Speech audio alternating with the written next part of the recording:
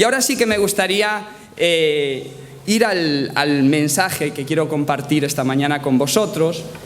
Y si recordáis, yo llevo prácticamente todo el año con una serie que tiene que ver con la armadura de Dios. Y yo esperaba poder terminarla hoy para no empezar el año 2016 con la armadura. Lo único que no sé si me va a dar tiempo. No voy a recordar todos los detalles que hemos visto hasta aquí, pero simplemente por resumir, diríamos que empezamos hablando de por qué necesitamos una armadura, y en aquella ocasión reflexionamos sobre que la vida cristiana es una batalla, queramos o no, es una batalla.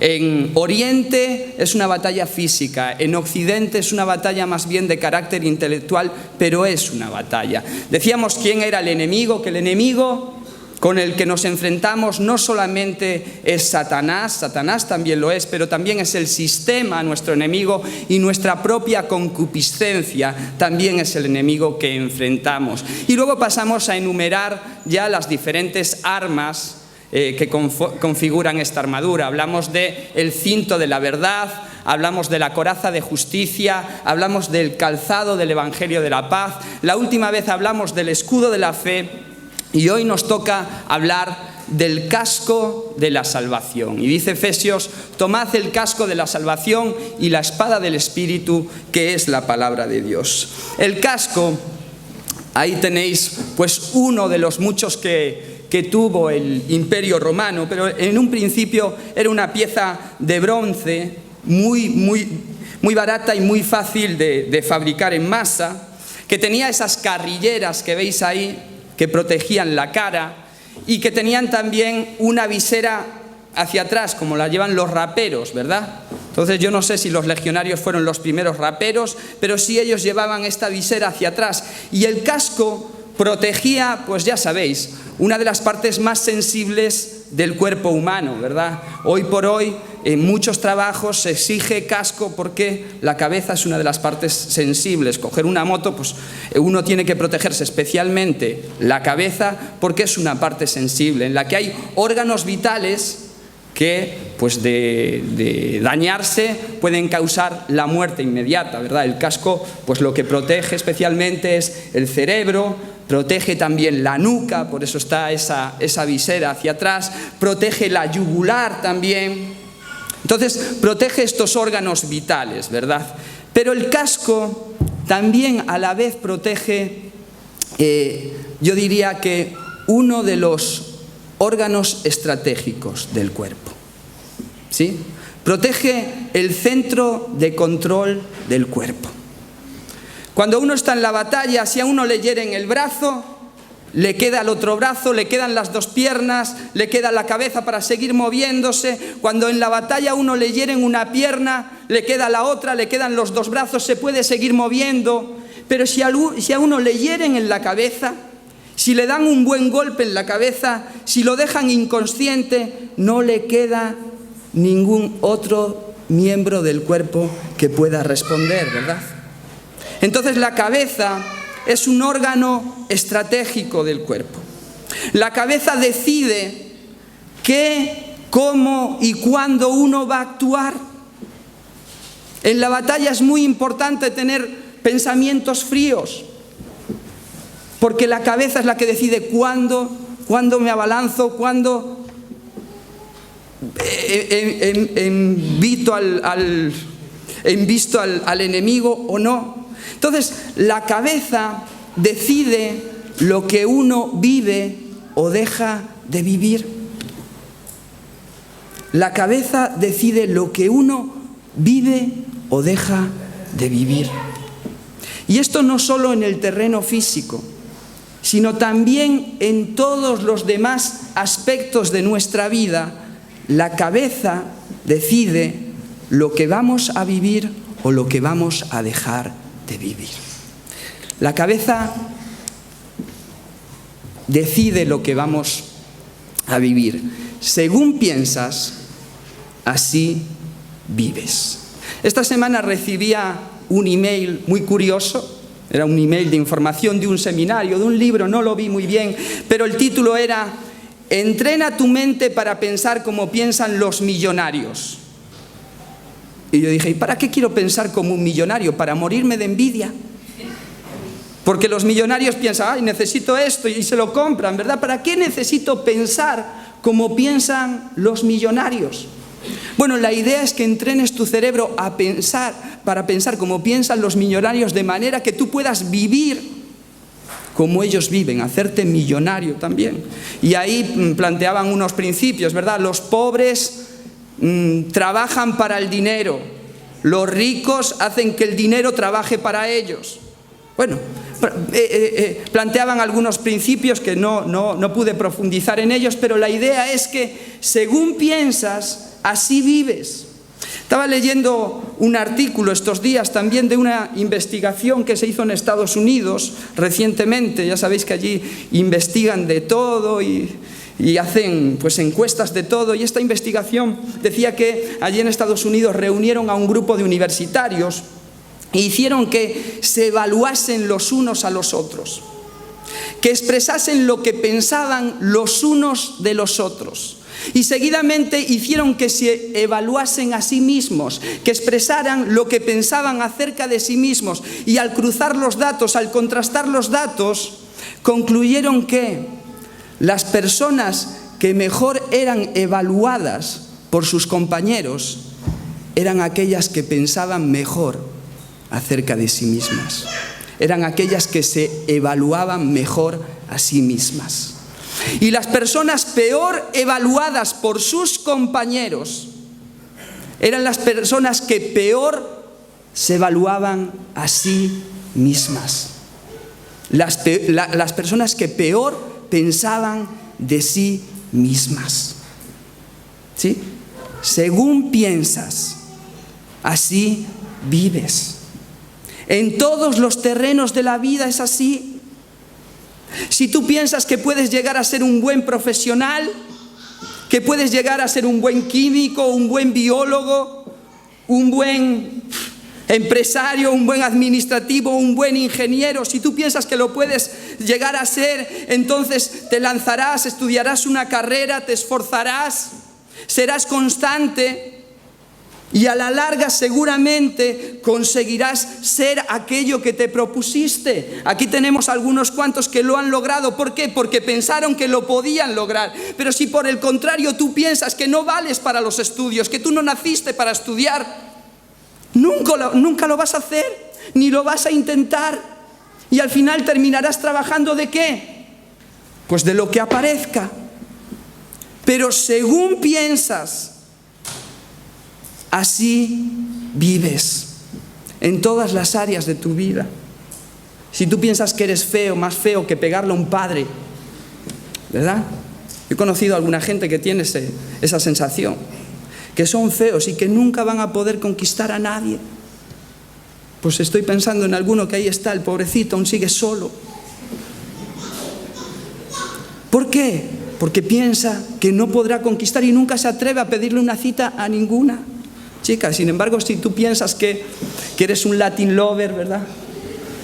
Que a ti no se te resiste ninguna, pues puede ser que, aunque tengas que esperar, un día termines con una morena, guapísima y encantadora, ¿verdad? Si no, que me pregunten a mí. Esa se la debía. Pero según piensas, así vives. Según piensas, así vives.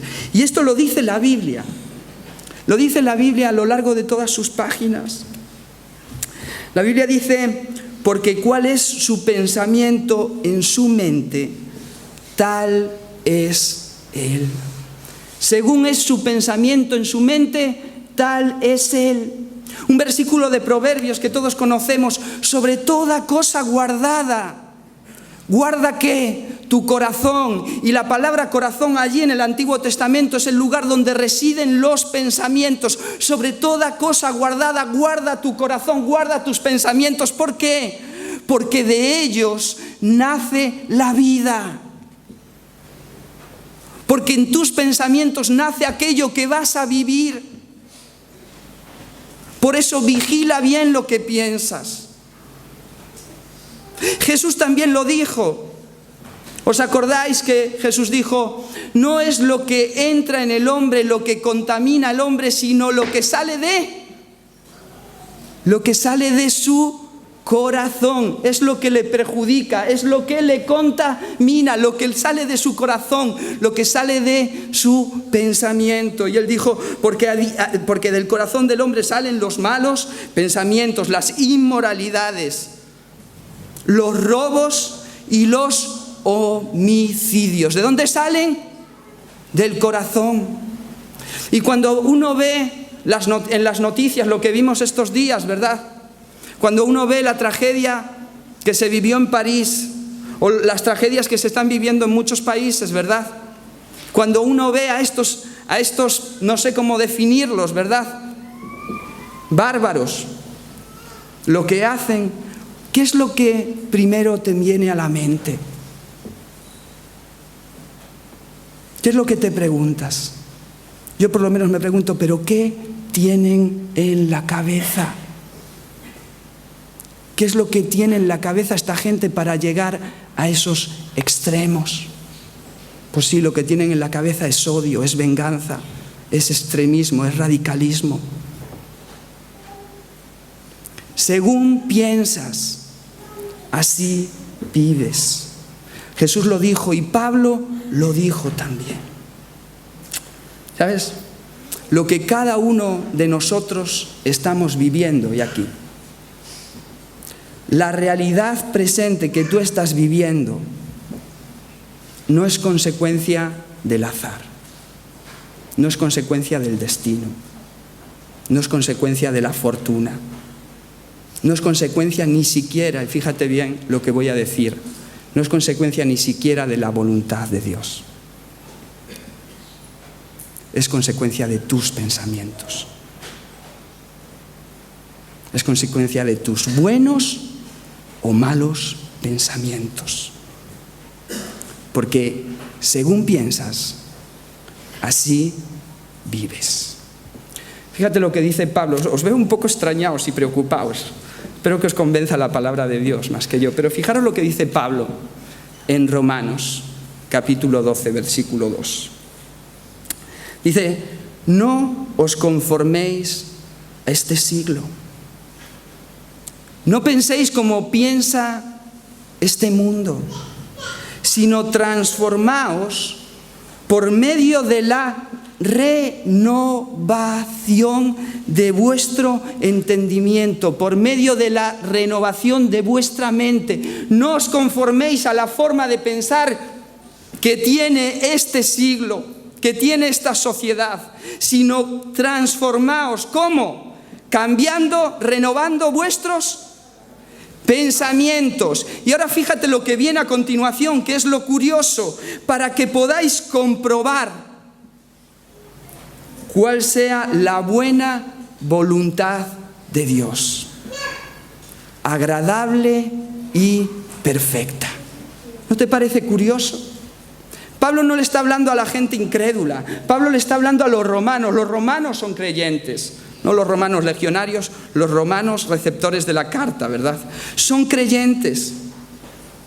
Y Pablo le dice una cosa curiosa, llamativa, le dice, mira, ya sois creyentes, ya sois convertidos, pero si no cambiáis vuestra forma de pensar, no vais a poder experimentar la buena voluntad de Dios, agradable y perfecta. Si no renuevas tus pensamientos, aunque seas creyente ya, si no cambias tu forma de pensar, no vas a poder comprobar, probar, gustar la voluntad de Dios, que es agradable y perfecta. Ahora, ¿qué es renovar? Pablo le está hablando a creyentes, nos podría estar hablando a nosotros. ¿Pero qué es renovar? Y les dice, renovad vuestros pensamientos. ¿Qué es renovar? Yo estoy renovando mi vestuario a petición, sugerencia e imposición de alguien que no quiero mencionar, pero estoy renovando mi vestuario. ¿Qué pensáis que es? coger los pantalones que tenía de hace el siglo pasado y cambiarles el color, cambiarles los botones, ponerles unos remaches, ¿eso es renovarlos? ¿Eso es renovar el vestuario? No, ¿verdad? Renovar el vestuario es sustituir unas prendas por otras, sustituirlas, coger estas que son viejas, tirarlas y coger las nuevas y ponerlas. Pablo está diciendo, coger los pensamientos pasados, los viejos pensamientos y tiradlos a la basura y coged estos nuevos y ponedlos en vuestras mentes. Eso es renovarse. ¿Para qué? Para poder experimentar la buena voluntad de Dios. Ahora, ¿qué nuevos pensamientos pensáis que Pablo quiere que pongamos en nuestra cabeza? ¿Qué nuevos pensamientos? ¿Los del filósofo de moda? ¿Los del gurú de las finanzas? No, ¿verdad? Los pensamientos de Dios. Los pensamientos de Dios. Es importante rechazar los pensamientos humanos de este siglo y poner en nuestra mente los pensamientos de Dios. Y de esa manera podemos llegar a experimentar la voluntad de Dios. Pablo lo tiene muy claro. Un aspecto crucial de nuestra vida es nuestra mente. Y por eso él dice, poneos un casco para proteger vuestra cabeza, para proteger vuestros pensamientos. ¿Por qué? Porque Pablo lo sabe, pero el enemigo también lo sabe. Y el enemigo es estratega también. Y él sabe a dónde tiene que apuntar y a dónde tiene que disparar. Y él sabe que si confunde nuestras mentes va a anular completamente nuestras vidas. Es más, Pablo dice que la primera estrategia seguida por Satanás para anular al hombre fue en el área de los pensamientos. La primera estrategia que siguió Satanás fue en el terreno de la mente. Y es por eso que en 2 de Corintios dice, pero me temo que, así como la serpiente con su astucia engañó a Eva, de alguna manera vuestros pensamientos se hayan extraviado de la sencillez. ¿Qué hizo el enemigo en su primer ataque? ¿A dónde apuntó? A la mente de Eva. Y eso le salió muy bien. Ese primer intento le salió muy bien, ese primer ataque le salió fantástico. Y a partir de ahí no necesitó ser mucho más creativo. Él sigue atacando de la misma manera y cuando la iglesia está recién nacida, hay dos creyentes allí que se llaman Ananías y Zafira. ¿Y qué pasa con ellos? ¿Qué dice Pedro? ¿Qué pasó con ellos? Dice, Ananías, ¿por qué llenó Satanás tu corazón para que mintieses al Espíritu Santo? El enemigo atacó su corazón, el centro de sus pensamientos, y acabó con Ananías y acabó con Zafira. Campo de batalla.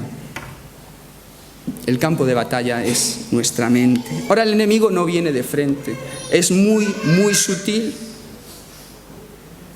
Su ataque no es frontal, es muy sutil y a veces nos pasa desapercibido. Y por eso a mí me gustaría que viésemos en un pasaje cómo el enemigo ataca esta área de nuestra vida y cómo podemos de alguna forma repelerlo con este casco que Pablo llama salvación.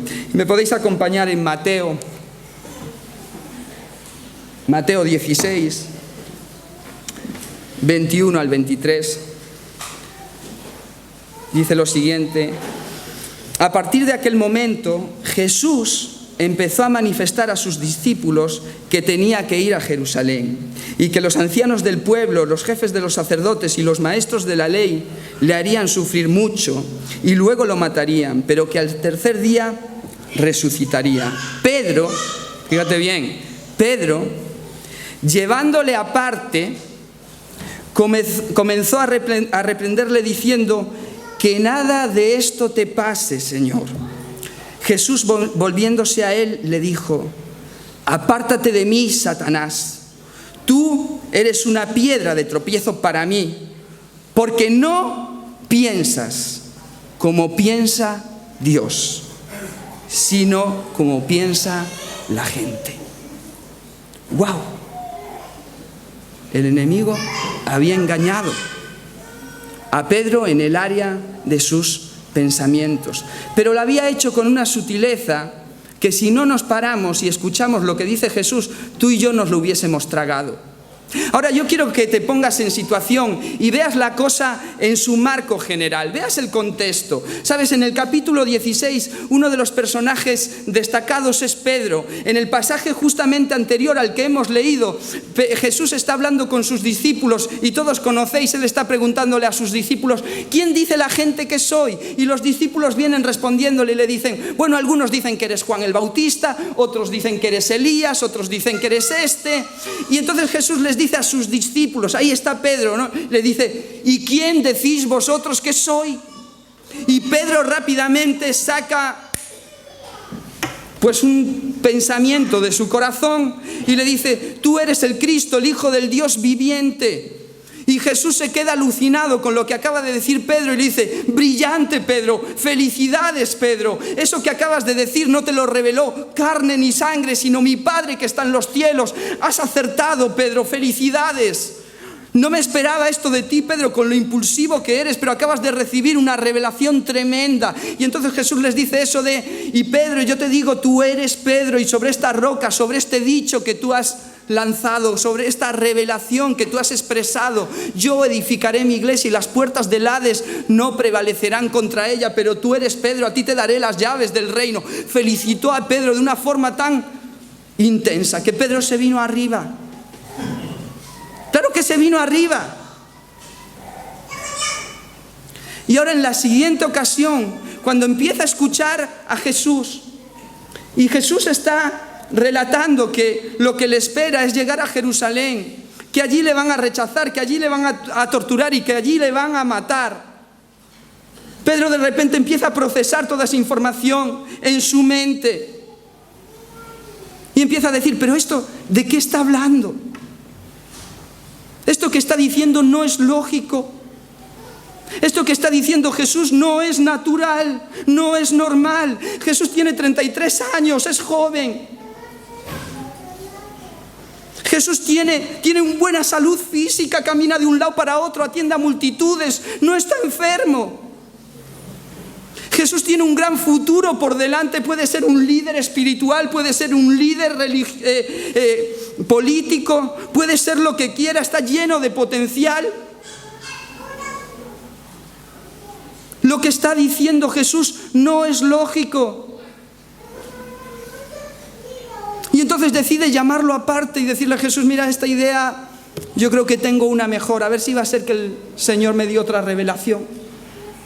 Se vino arriba porque lo llamó aparte, le dijo, mira, tengo que hablar contigo, vámonos un momento, que tengo que decirte unas cosas. Eso que estás diciendo y le contradice, ni se te ocurra hacerlo. Tiene un planteamiento alternativo. Un planteamiento alternativo al de Jesús. Pero a mí me suena muy lógico. A mí me suena muy natural. Yo creo que yo también lo suscribiría. Si alguien viene y me dice, mira, me voy a ir a Irak y voy a ir allí a predicar y posiblemente me persigan y posiblemente, pues seguramente yo le diré, oye, pero mira, en vez de irte a Irak, ¿por qué no te vas ahí a la frontera de África y estás un poco más seguro y cumples ahí, tienes más recorrido? Porque allí yo también le aconsejaría de acuerdo a mi lógica, de acuerdo a mi pensamiento natural, de acuerdo a el sentido común. De hecho, Jesús le dijo, apártate de mí, Satanás, porque no piensas como piensa Dios, sino que piensas como piensan los hombres. Piensas con el pensamiento común, con el pensamiento lógico, con el pensamiento natural. Y es que nuestros pensamientos naturales, nuestro pensamiento natural únicamente exclusivamente, no alcanza el pensamiento de Dios. Nuestro pensamiento natural y nuestro pensamiento lógico no alcanza y no logra captar el pensamiento de Dios. Dice Isaías 55, porque mis pensamientos no son vuestros pensamientos, ni vuestros caminos mis caminos, dijo el Señor. Como son más altos los cielos que la tierra, así son mis caminos más altos que vuestros caminos, y mis pensamientos más que vuestros pensamientos. Los pensamientos humanos no alcanzan los pensamientos de Dios. Se quedan cortos. No logran captar el pensamiento de Dios. Nuestra lógica, nuestra racionalidad no logra alcanzar y captar los pensamientos de Dios. Los pensamientos de Dios son mucho más altos y no los captan. Ahora, yo no estoy hablando, y entendedme bien, yo no estoy hablando que el pensamiento racional sea malo, sea negativo, nada de eso, todo lo contrario. Yo creo que una de las grandes bendiciones que hemos recibido los seres humanos es nuestro cerebro. Y gracias a la gente que lo ha usado, podemos disfrutar hoy de grandes avances en el terreno de la medicina, en la tecnología, en los transportes. Podemos disfrutar de una mayor calidad de vida y una mayor esperanza de vida.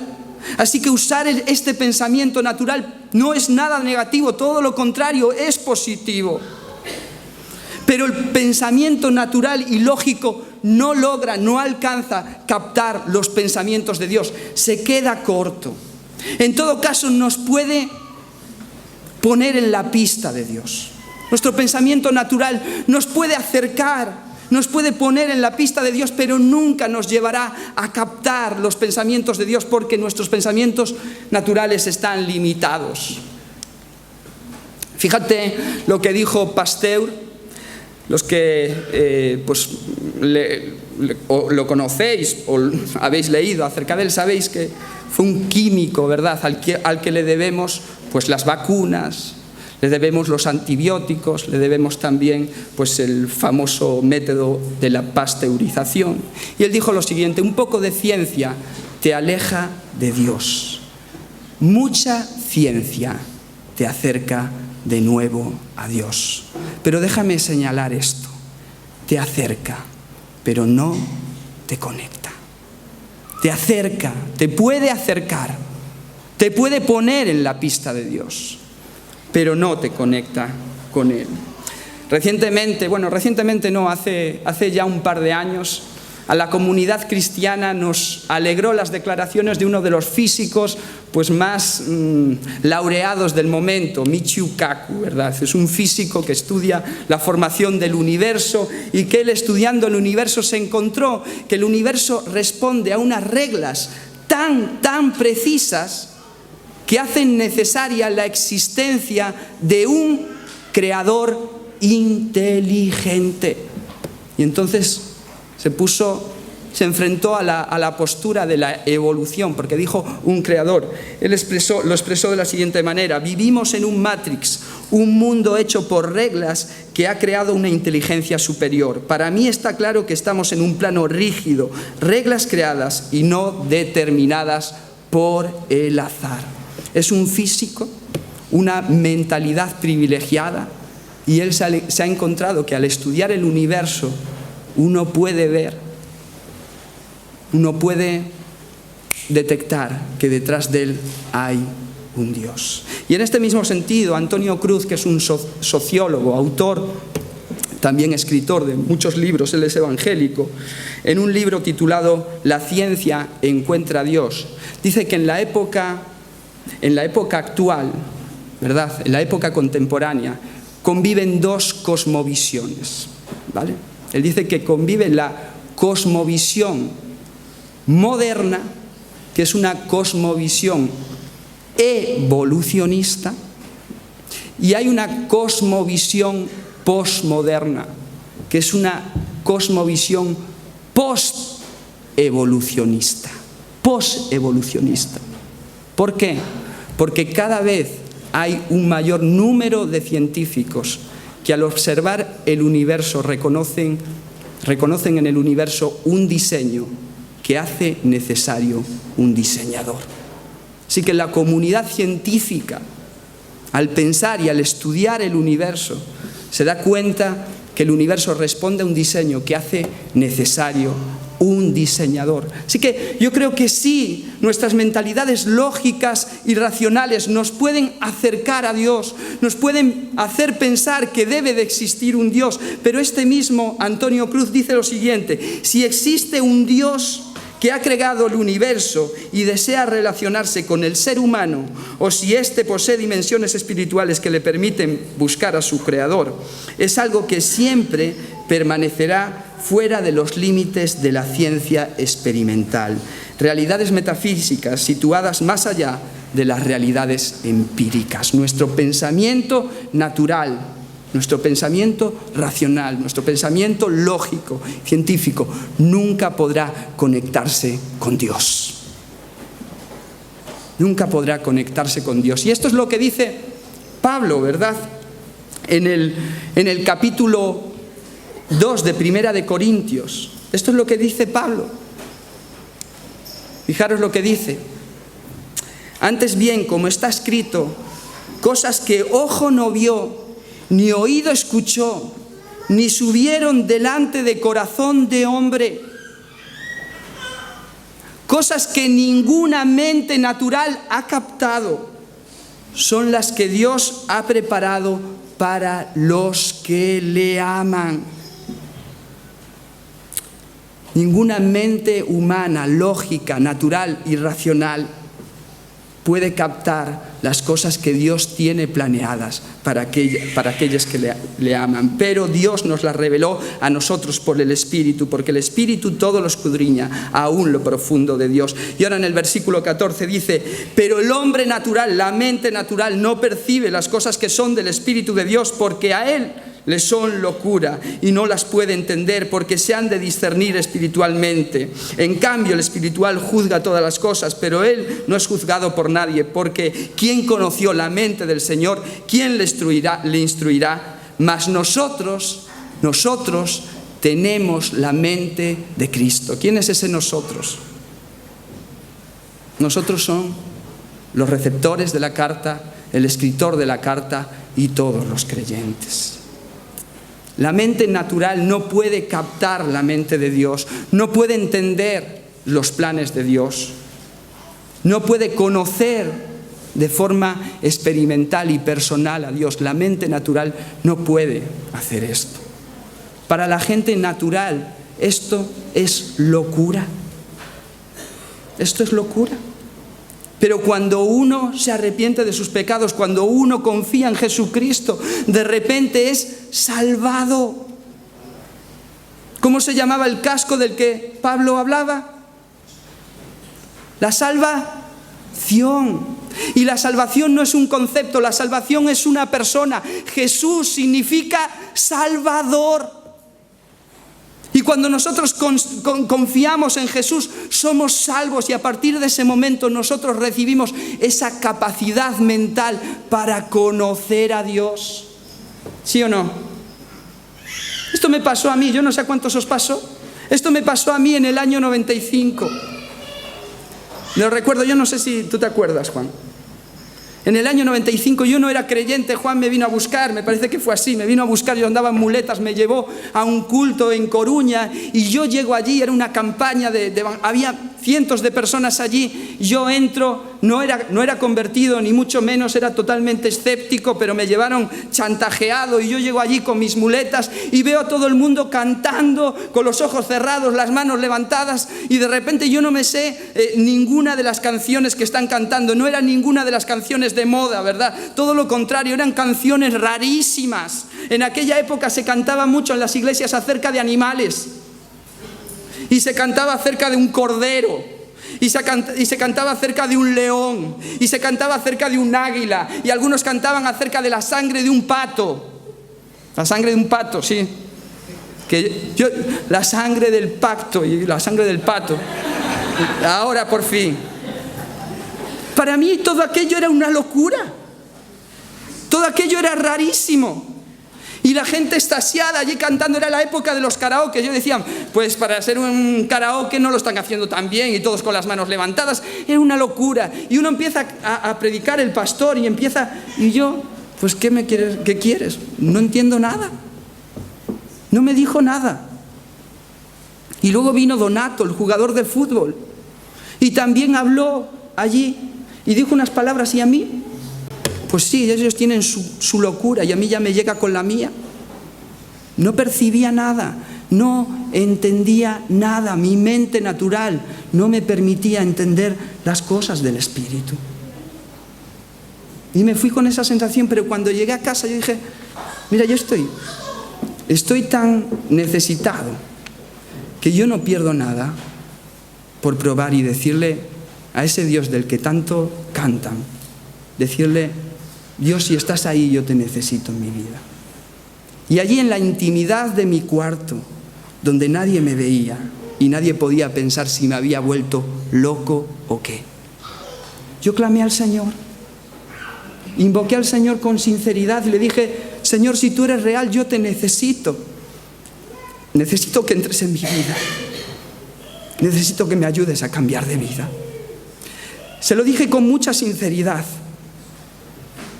Y yo me acuerdo que a partir del día siguiente, yo empecé a experimentar en mi corazón como que se había caído un velo. Y como que todo aquello de lo que yo desconfiaba y acerca de lo cual era completamente escéptico, se transformó en una convicción completa en mi corazón. Y yo me levanté y ahora entendía las cosas de Dios. Y ahora tenía ganas de ir a la iglesia. Y ahora podía unirme a las canciones en la iglesia y sentirlas en mi corazón. Y ahora podía levantar mis manos. Y ahora podía cerrar mis ojos y ver a Dios. Y ahora podía orar con la convicción de que Él me estaba oyendo.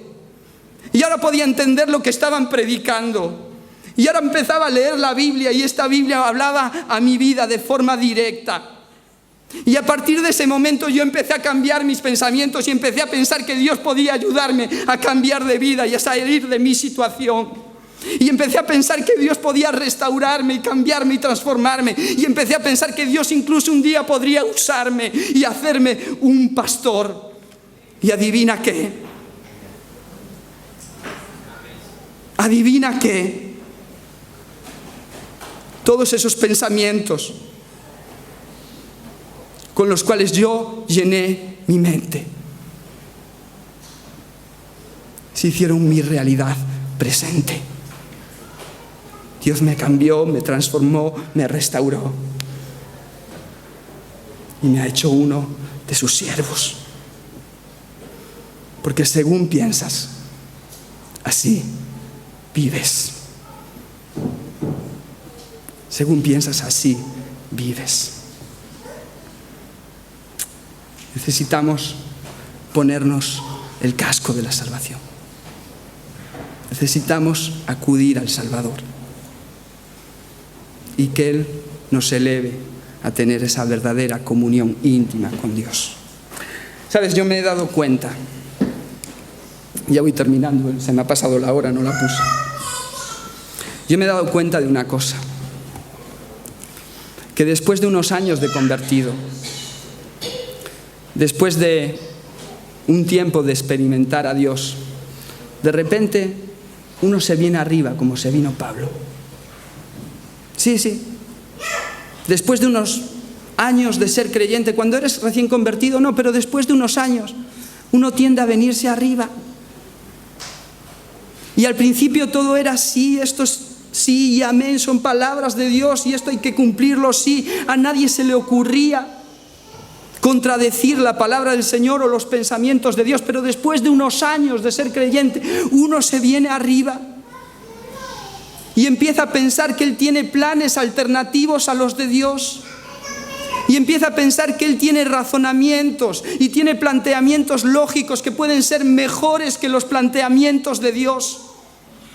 Y empieza a vivir su vida cristiana ya no de acuerdo al pensamiento de Dios, sino de acuerdo a sus propios pensamientos. No es que se vuelva malo de la noche a la mañana, nada que ver con eso. Lo único que hace es vivir su vida cristiana de acuerdo a los pensamientos humanos.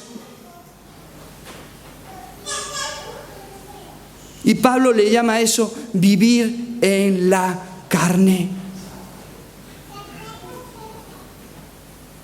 Y muchos de nosotros nos hemos venido arriba y le hemos propuesto a Dios un plan alternativo al que Él nos había mostrado.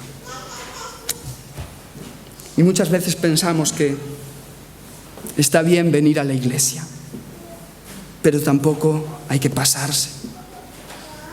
Entonces ahí nos mantenemos, ¿verdad? A medias, templados y tibios. Porque bueno, tampoco hay que pasarse. Pensamos que sí es bueno orar, pero mejor agotar primero todas las posibilidades, ¿verdad? Entonces cuando necesitamos algo, a ver por dónde lo sacamos y nos ansiamos y nos afanamos. Y luego si ya no queda ninguna otra opción, pues oramos. Cuando sabemos que la Biblia nos dice: orad sin cesar, por nada estéis afanosos. Pero nosotros tenemos nuestros planes alternativos y vivimos de acuerdo a ellos. ¿Qué es eso de venir tanto a la iglesia, verdad? Con venir una vez a la semana, tantas actividades, como no me pidas eso, ¿verdad? Yo tengo mi vida y tengo mis prioridades. Dice la Biblia: buscad primeramente el reino de Dios y su justicia, pero yo ya tengo mi planteamiento lógico, natural, racional, está muy bien, pero ¿sabes? No coincide con el planteamiento y el pensamiento de Dios. Pensamos que perdonar es una opción más. Sí, nos han ofendido y yo tengo derecho a guardar rencor. Perdonar es una opción. ¿Qué es eso de ayudar al prójimo constantemente? Eso es algo secundario. Y empezamos a pensar así y a mover nuestras vidas de esta manera. Vivimos nuestra vida cristiana de acuerdo a nuestros pensamientos humanos. Y Pablo dice que eso es vivir de forma carnal. ¿Cómo hacemos para cambiar? ¿Cómo hacemos para salir de esto? ¿Queremos salir de ahí? Pues el planteamiento es bien sencillo. Renueva tu mente. Sustituye esos pensamientos lógicos, naturales, racionales, por los pensamientos de la palabra de Dios.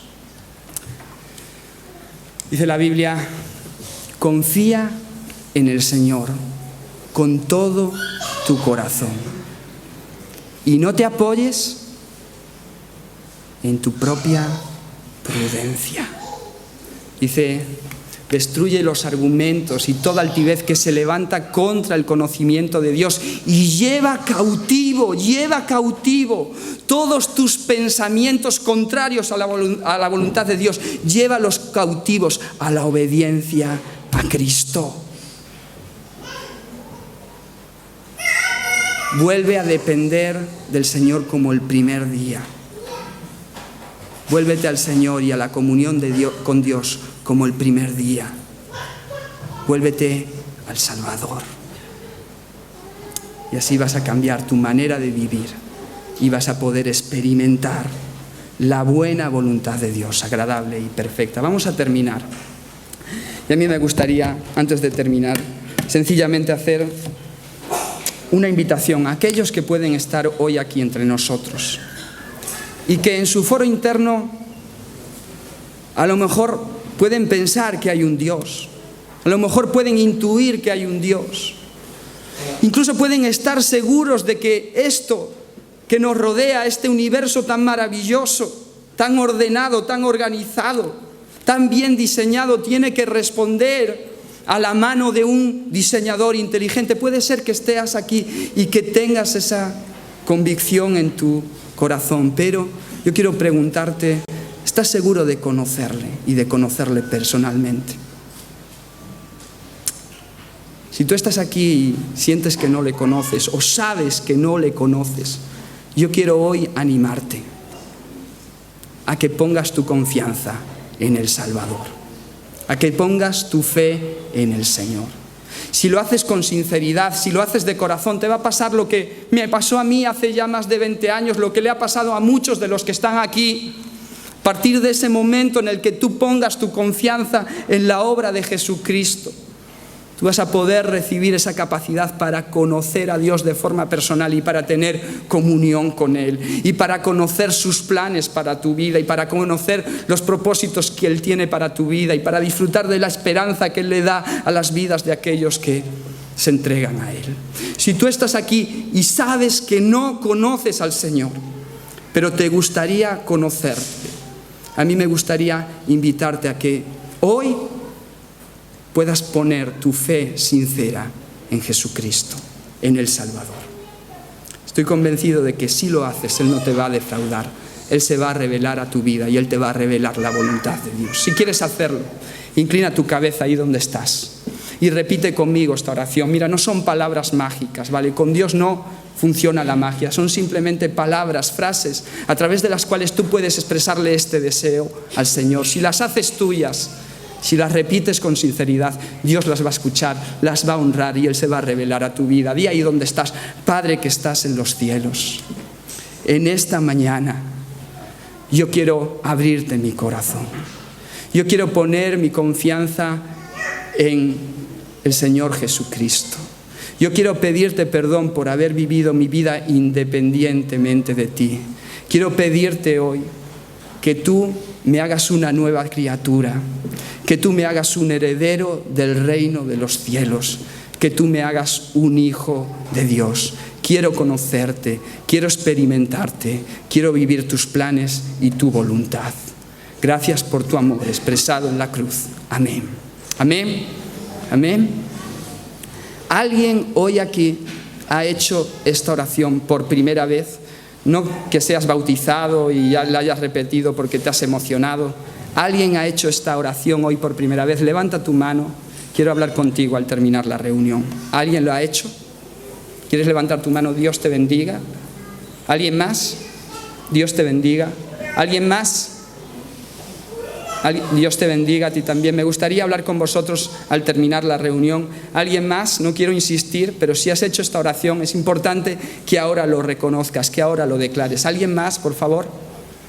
Pues si no, vamos a hacer una última oración. Nos despedimos. Los ancianos, los mayores tienen su comidita y los demás nos podemos abrazar y nos podemos desear una buena semana, pero antes hacemos una oración. Y los que habéis levantado vuestra mano, por favor, venid adelante, quiero hablar con vosotros. Padre, una vez más, gracias. Gracias por tu amor, por tu bondad. Gracias, Padre, por la salvación que nos has concedido. Gracias por los planes maravillosos que tú tienes para nuestras vidas. Gracias por tu palabra que es lumbrera a nuestro camino. Gracias por tu palabra, Señor, que es medicina para nuestros huesos. Gracias por lo que nos has hablado. Te pedimos sabiduría, fuerza, Señor, y capacidad para poner por obra lo que tú nos has dicho, Señor, y que de esta manera, Señor, nuestras vidas te honren y lleguen a ser todo aquello que tú quieres que sean. Gracias una vez más por esta iglesia. Bendícela, Señor, en el nombre de Jesús. Amén.